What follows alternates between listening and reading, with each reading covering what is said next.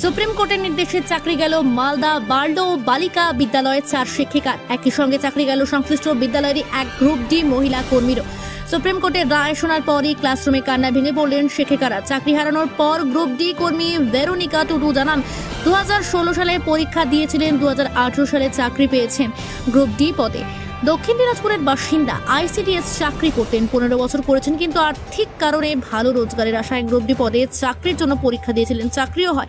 Malda Barlow বালিকা বিদ্যালয়। আজ খবর পেয়ে কান্না ভেঙে পড়েছেন। একজন ছেলে রয়েছে, বেসরকারি স্কুলে পড়ে, এখন কি করবেন বুঝতে পারছেন না।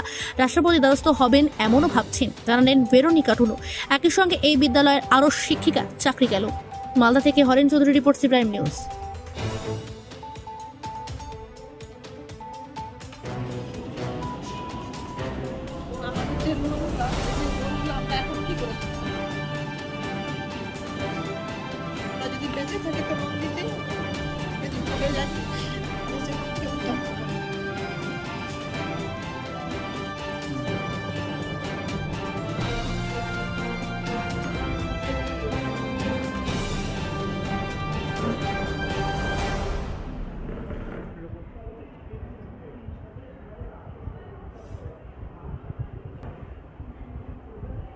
এই স্কুলে আমি গ্রুপ ডি পোস্টে চাকরি করি। আজকে দেশের সর্বোচ্চ আদালত সুপ্রিম কোর্ট রায় কি রায় দিয়েছে, কি শুনলেন?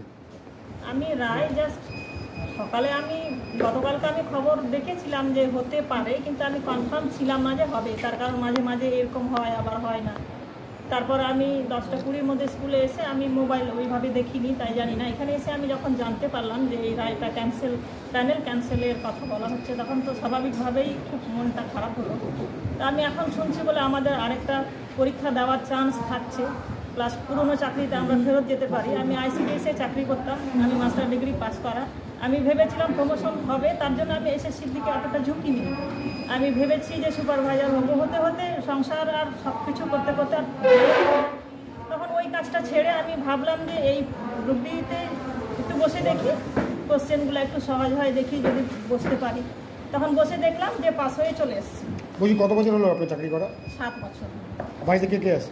বাড়িতে আমার ছেলে আছে, মেয়ে আছে, আমার হাজব্যান্ড আছে। বাড়ি কোথায় আছে? আমার বাড়ি হরিরাম। আপনি কি স্বচ্ছভাবেই এসেছিলেন? আমি তো নিজে তাই। এই এতজনের চাকরি চলে গেলো, কীভাবে দেখছেন পুরো বিষয়টা? পুরো বিষয়টাই আমি অমানবিক দেখছি। আমরা যারা সঠিকভাবে এসেছি, আমাদের এই পানিশমেন্টটা কেন? আমি যদি কাউকে মার্ডার কি খুন, আমি কোনো কিছু নাই করি, আমি কেন পানিশমেন্ট পাবো? আমি কেন জেলে যাব? কি আমি কেন আসামি হয়ে সেখানে আমি খুনের সাজায় যাব? আমাদের তো ফাঁসির সাজার মতো অবস্থা। আমার নাম ভেরোনিকা টুডু। সুপ্রিম কোর্ট রায় দিতে শুনেছেন, আপনাদের স্কুলে কতজন আছে? আমাদের 4 জন টিচার আর একজন গ্রুপ ডি 2016। আজকে অন ডিউটি অবস্থায় আছে? হ্যাঁ, ওনারা অন ডিউটি অবস্থাতেই আছেন, পরীক্ষা থেকে গার্ড দিচ্ছেন।